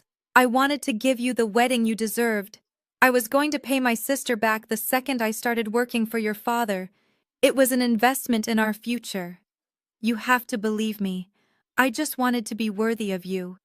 "Worthy of me!" Nia screamed, stepping even closer to him, her face contorted with pure, unadulterated rage. "You stole from your own sister and tried to make your parents homeless just to buy a tuxedo and a boat ride. You are not a businessman. You are a parasite. You thought my father would just hand you a vice president title while you paid off your felony debts with his money. You are completely pathetic. I would rather die than marry a fraud like you." My mother, who had been gasping in the patio chair, suddenly found a final surge of defensive adrenaline. Seeing her precious golden child being verbally annihilated by his former bride snapped her out of her stupor. She staggered to her feet, her face flushed with a desperate, irrational anger. "Do not you dare speak to my son that way!" Brenda shrieked, pointing a trembling finger at Nia. "He loved you. He bent over backward to impress you and your snobby family. If you and your father were not so obsessed with wealth and status, he would not have felt the need to borrow that money in the first place. This is your fault for having such ridiculous expectations. You drove him to this." Nia slowly turned her head, her dark eyes locking onto my mother with a look of absolute lethal contempt. "My fault?" Nia repeated, her voice dropping to a dangerous, icy register. "Your unemployed son commits identity theft and federal wire fraud, and you have the audacity to blame me. You are just as delusional as he is. No wonder he turned out to be a pathological liar. He learned it from a mother who covers up his crimes and blames everyone else for his massive failures. You are a terrible mother, and your entire family is an absolute joke." My father stepped forward, his fists clenched at his sides. "That is enough," Richard barked, trying to reclaim some semblance of patriarchal authority. "You will not insult my wife." Thomas Carter immediately stepped squarely between my father and Nia, his massive frame completely blocking Richard from advancing any further. "You do not get to give orders here, Richard," Thomas warned, his voice rumbling like an approaching thunderstorm. "Your wife just blamed my daughter for your son's felony. You have spent this entire evening lying to my face, covering for a thief, and actively conspiring against your own daughter in New York. You are a disgrace of a man. You have absolutely no authority, no moral high ground, and as of this moment, no home to return to." the screaming match erupted into total uncontrollable chaos. My mother shrieked insults at Naya, calling her a spoiled princess. Naya screamed back, calling my parents enabling criminals. Connor continued to sob hysterically, begging anyone to listen to his pathetic excuses. Richard and Thomas stood chest to chest, exchanging furious, heated threats. I sat alone in my dark apartment, watching the spectacular collapse unfold on my monitor. The phone resting against the marble planter captured every single second of their devastating downfall.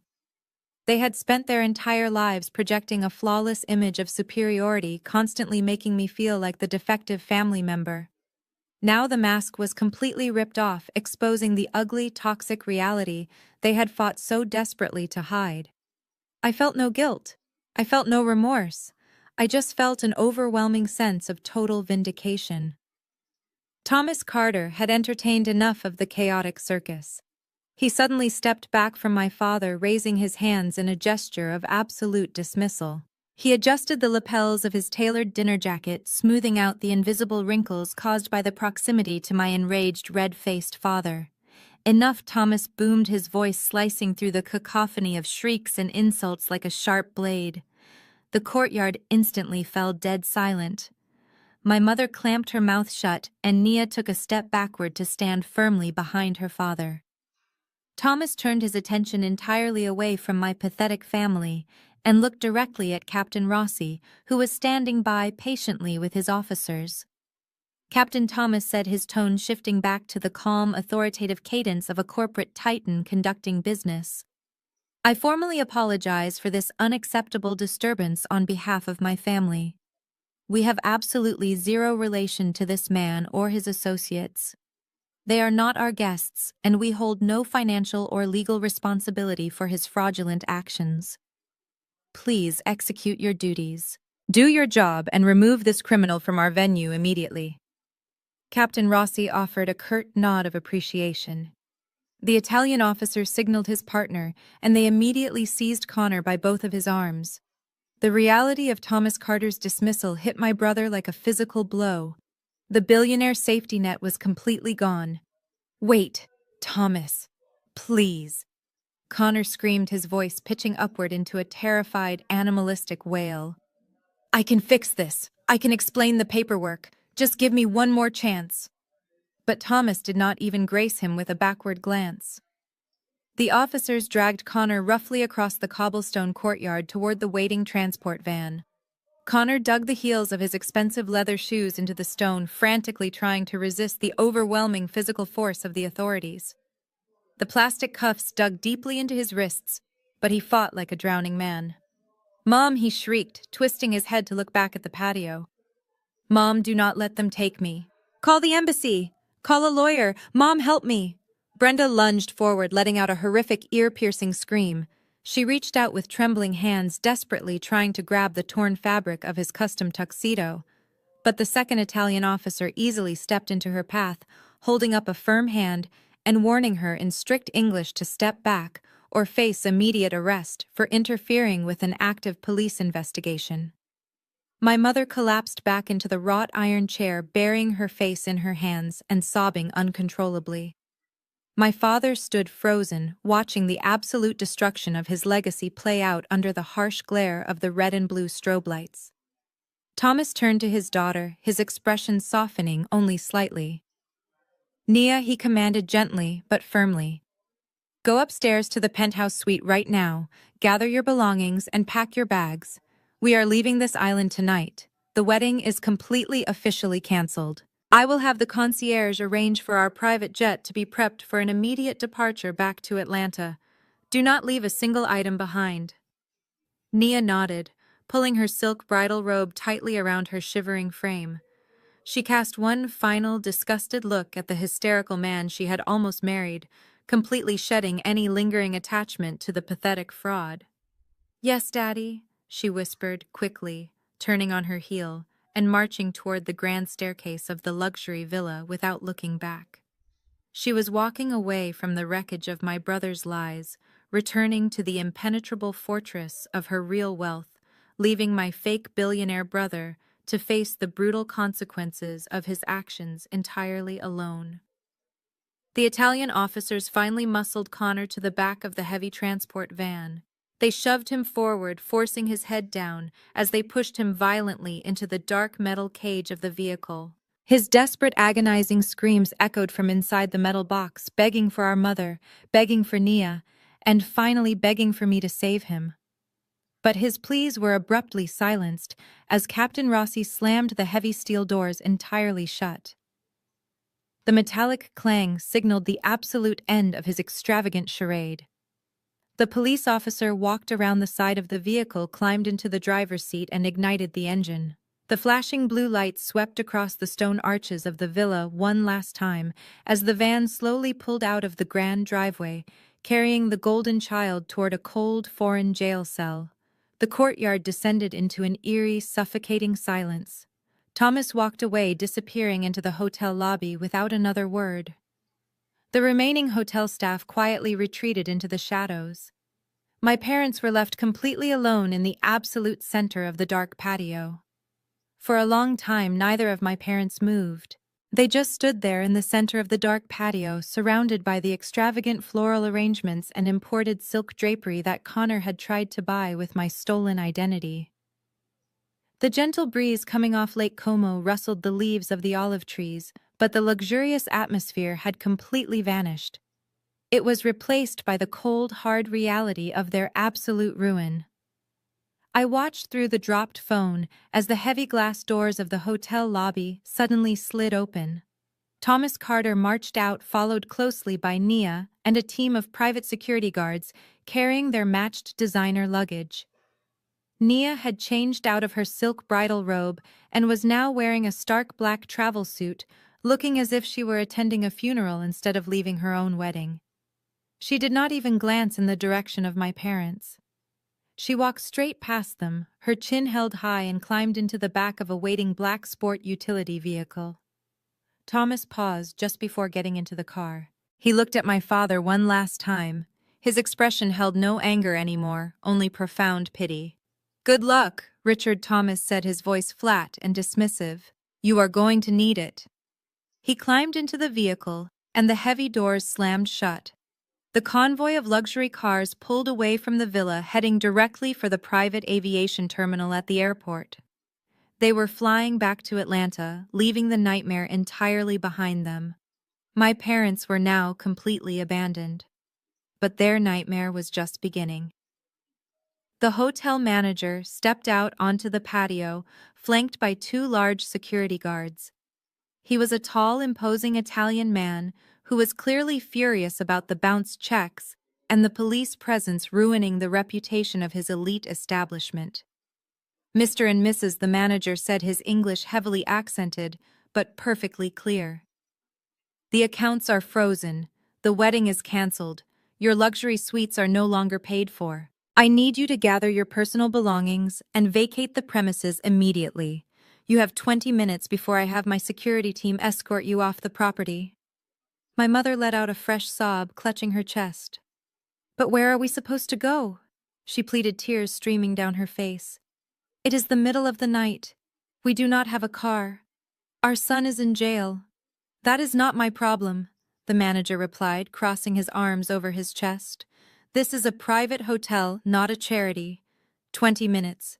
He will make sure you leave." The manager turned on his heel and walked back inside, leaving the security guards standing at the door with their arms crossed. My father stood frozen, his face pale and slick with sweat. He reached into his pockets, pulling out his wallet. His hands shook as he opened it. I knew exactly what was inside. Nothing. My parents had flown to Italy, relying entirely on the illusion of Connor's wealth. They had assumed the billionaire CEO would cover every single expense, including their flights, their meals, and their accommodations. They had maxed out their own meager credit cards just to buy their formal wear for the weekend. They were stranded in a foreign country with no hotel room, no rental car, and absolutely no money to buy a plane ticket home. Slowly, my father's eyes drifted downward. He saw his phone still resting against the marble planter. He remembered that the FaceTime call was still active. He remembered that the daughter he had just threatened to disown was still watching every single second of their humiliating downfall. He dropped to his knees on the hard cobblestone and reached for the phone. His face filled my screen. The arrogance, the condescension, the cruel ultimatums, they were all completely gone. He looked like a broken, terrified old man. "Gwen," he whispered, his voice trembling so violently he could barely form the words. "Gwen, are you still there? Are you still? Please tell me you are still there."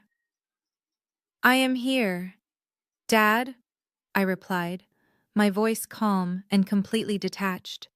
"You have to help us," my mother cried out, crawling across the patio to press her face next to his against the screen. "We have absolutely nothing, Gwen. They are throwing us out onto the street. We do not have money for a hotel. We do not have money for a flight. We cannot even afford a taxi to the airport. Please, Gwen, you have to buy us plane tickets. Just get us back to New York. We will do whatever you want. We will apologize. We will go to counseling. Just do not leave us here." I stared back at their completely terrified, pathetic faces. I watched their terrified faces staring back at me through the phone screen. They were literally on their knees begging for my financial help. But their sudden willingness to apologize and attend family counseling meant absolutely nothing to me. It was not genuine remorse. It was just the panicked reaction of two selfish people who had finally run out of other people's money and could no longer manipulate their way out of a disaster. I leaned closer to the microphone. "No," I said calmly. "I am not buying you plane tickets. I am not paying for a hotel. I am not bailing you out of this nightmare." My father let out a desperate, choked gasp. "Gwen, please," he begged, his hands trembling violently as he clutched the phone. "You cannot just abandon us here in a foreign country without any resources. We are your parents. We made a terrible mistake, but we are still your family. We will pay you back every single cent if you just help us get home safely tonight." I shook my head, feeling absolutely no sympathy for the man who had threatened to completely destroy my personal reputation and professional career just 20 minutes ago. "You did not make a simple mistake, Dad," I corrected him, my voice echoing sharply across the empty Italian courtyard. "You made a conscious, calculated choice. You stood there and listened to Connor lie to Thomas Carter about owning my accounting firm. You actively covered the camera lens so I could not expose his federal crimes to the authorities.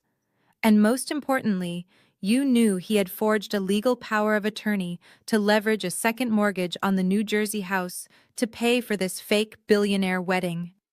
My mother started sobbing even louder, banging her fist against the hard cobblestone. "We did not think it would go this far," she wailed, her face completely red and streaked with mascara. "We thought he would just get the temporary loan and pay it back after the honeymoon. We did not want you to lose the house, Gwen. We thought it was just a technicality." "You are lying," I said, my voice dropping to a harsh, unforgiving register. "You did not care if I lost the house because you have spent the last 5 years pretending you still owned it. I saved you from severe foreclosure. I bought that property directly from the bank so you would not be thrown out onto the street. I let you live there completely rent-free. And in return, you actively helped your golden child try to steal the very roof over your heads just to protect his fragile ego and impress a wealthy family." My parents stared at me, completely silenced by the brutal, undeniable truth. "And because you chose to act as active accomplices in his real estate fraud, there are severe legal consequences for your actions tonight." I continued, refusing to break eye contact with the camera. "I am officially terminating our housing arrangement. You are no longer my tenants. I am legally evicting you from the New Jersey house." My father stared at the screen, his eyes wide with absolute sheer horror. "You cannot do that," he whispered, his voice breaking into a pathetic wheeze. "Where will we live, Gwen? We do not have any savings. We do not have anywhere else to go. You are punishing us for his crimes." "You punished yourselves," I fired back immediately. You have exactly 30 days from tomorrow morning to completely vacate the premises. My real estate lawyer will be posting the official 30-day eviction notice on the front door by noon tomorrow. If your belongings are not entirely removed from the property by the absolute deadline, I will have the county sheriff physically change the locks and throw everything you own into the street. I will not give you a single extension under any circumstances. Seeing that begging was no longer working, my mother's true toxic nature instantly resurfaced. She stopped crying and glared at the phone. "You are a cold, heartless monster," she hissed, venom dripping from every single word. "You are intentionally leaving your elderly parents stranded in Italy just to prove a point. You are going to burn in hell for treating your own blood this way." I smiled, feeling a massive heavy weight finally lift off my shoulders. "You wanted to gamble with my property to buy your son a luxury boat ride and impress a billionaire," I stated firmly. "Well, you just lost that stupid gamble entirely. You can figure out how to get back to America on your own without my credit cards. You have 30 days. I highly suggest you start packing immediately." I reached forward and permanently ended the call, leaving them in darkness. 3 weeks passed since that fateful night in Italy. The massive international scandal had completely decimated the fragile illusion my family had spent decades building. Connor did not experience a miraculous last-minute rescue. Without any massive wealth or my stolen credit to shield him, my brother was forced to navigate the incredibly slow and unforgiving Italian legal system entirely alone. He spent 21 agonizing days sitting in a cramped foreign holding cell, waiting for his diplomatic paperwork to process. Then the extradition order was finally approved by the European authorities. He was placed on a commercial flight back to the United States surrounded by armed federal marshals. He landed at John F. Kennedy International Airport on a rainy Tuesday morning. There were no flashing cameras or adoring crowds waiting to welcome the successful chief executive officer home. Instead, Special Agent Miller and a team of federal agents were standing right at the arrival gate. The moment Connor stepped off the jet bridge, he was immediately taken into federal custody. They stripped him of his expensive tailored clothes and placed him in a standard orange jumpsuit. He was formally charged with aggravated identity theft, interstate wire fraud, and international extortion. The billionaire entrepreneur was now simply federal inmate number 7492. My parents experienced a completely different but equally devastating downfall. After I hung up the phone that night, the Italian hotel manager kept his promise. He had his private security team physically escort my parents off the luxury property, leaving them standing on the dark cobblestone street with nothing but their designer luggage.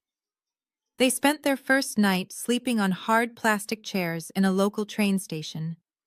They quickly realized that their arrogant attitudes and aggressive demands meant absolutely nothing without money to back them up. To survive, they were forced to walk into a pawn shop in Milan and sell their most prized possessions. My father had to hand over his vintage gold Rolex watch, and my mother had to part with her diamond-encrusted Cartier bracelet. They sold the luxury items for a fraction of their actual value, just to secure enough cash for 2 one-way tickets back to America.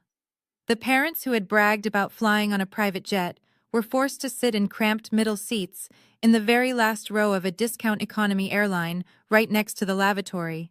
They spent 14 hours flying across the Atlantic Ocean, surrounded by crying infants and stale air, completely humiliated and utterly defeated. When they finally landed in New Jersey, they could not afford a luxury town car to pick them up. They had to take a cheap, heavily dented taxi back to the suburban neighborhood they had once ruled with their arrogant pride. They arrived at the colonial house completely exhausted, expecting to walk inside and somehow resume their normal, comfortable lives. They thought my 30-day eviction notice was just an angry threat that I would eventually forget about, but they were entirely wrong. As the taxi pulled away from the curb, my parents dragged their heavy suitcases up the long concrete driveway. They immediately noticed something was drastically different. The front lawn was covered in heavy-duty cardboard moving boxes. I had not waited for them to slowly pack their belongings at their own leisure. I had hired a professional moving company and a local legal representative to facilitate the immediate packing of the property. Dozens of perfectly sealed brown boxes were stacked neatly on the front porch. My father rushed up the porch steps and frantically jammed his brass key into the front door. It did not turn. The locks had already been completely changed by my real estate lawyer. An official bright yellow legal notice was securely taped to the front door, confirming the eviction process was actively in motion. They were officially locked out of the home they had tried to steal from me. My mother dropped her designer handbag onto the wooden porch and stared at the towering wall of cardboard boxes. The reality of their situation finally crushed the last remaining ounce of her delusion. They had absolutely no money. They had absolutely no home. Their golden child was currently sitting in a federal detention center facing a decade behind bars. And the daughter they had treated like a disposable bank account had finally cut them off completely. My father slumped against the locked door, sliding down until he was sitting on the porch staring blankly at the quiet suburban street. They had gambled everything to protect a lie, and they had lost everything in the process. There was no one left to call. There was no one left to manipulate. The devastating consequences of their own toxic actions had finally arrived. While my father remained paralyzed on the concrete porch of the house they no longer owned, my mother refused to accept total defeat. Brenda spent 34 years manipulating me with tears and weaponized guilt, genuinely believing she could do it one last time. Exactly 4 days after their utterly humiliating return from Italy, she boarded a train directly to Manhattan. She was no longer wearing her designer jewelry or expensive silk blouses. She looked completely disheveled, her hair unkempt, and her posture sagging under the immense weight of her new reality. She marched through the revolving glass doors of my corporate office building in the financial district, expecting to bypass the front desk and storm directly into my accounting department. She planned to create a massive public scene, crying hysterically in front of my colleagues until I surrendered out of sheer embarrassment. She thought public humiliation would force me to open my wallet and save them, but she severely underestimated how completely I secured my perimeter. Before she could take 10 steps across the polished marble floor toward the elevator banks, 2 broad-shouldered security guards stepped directly into her path. I explicitly anticipated her arrival. I provided the front desk with a high-resolution photograph of her face and strict instructions to deny her entry under any circumstances. Brenda began to shout, pointing a frantic finger toward the ceiling, demanding to see her daughter. The head of security immediately keyed his radio, notifying me that an unauthorized individual was causing a disturbance in the main lobby. I did not panic. I simply saved my spreadsheet, stood up from my desk, and took the elevator down to the ground floor. When the silver doors slid open, I saw her struggling against the guards, her voice echoing loudly off the high ceilings. She looked small, desperate, and entirely powerless. I walked calmly across the lobby, my heels clicking sharply against the marble, projecting an aura of absolute untouchable authority. "Gwen!" She cried out the second she saw me, immediately launching into her rehearsed performance. She forcefully shoved past the security guards, tears rapidly welling in her eyes as she reached out to grab my arms. "Please, you have to call off the lawyers. Your father is sleeping on a mattress on the floor of a cheap motel. Connor is calling us collect from a federal prison phone, crying because he is terrified. We have absolutely nothing left. You made your point. You won. Now please just be the bigger person and help your family." I stopped exactly 3 feet away from her, keeping my hands firmly clasped at my sides, refusing to let her touch me. I did not flinch, and I did not offer a single ounce of comfort. Her tears, which used to trigger a severe panic attack in my chest, now meant absolutely nothing. I looked at her with the cold detachment of an auditor reviewing a fraudulent tax return.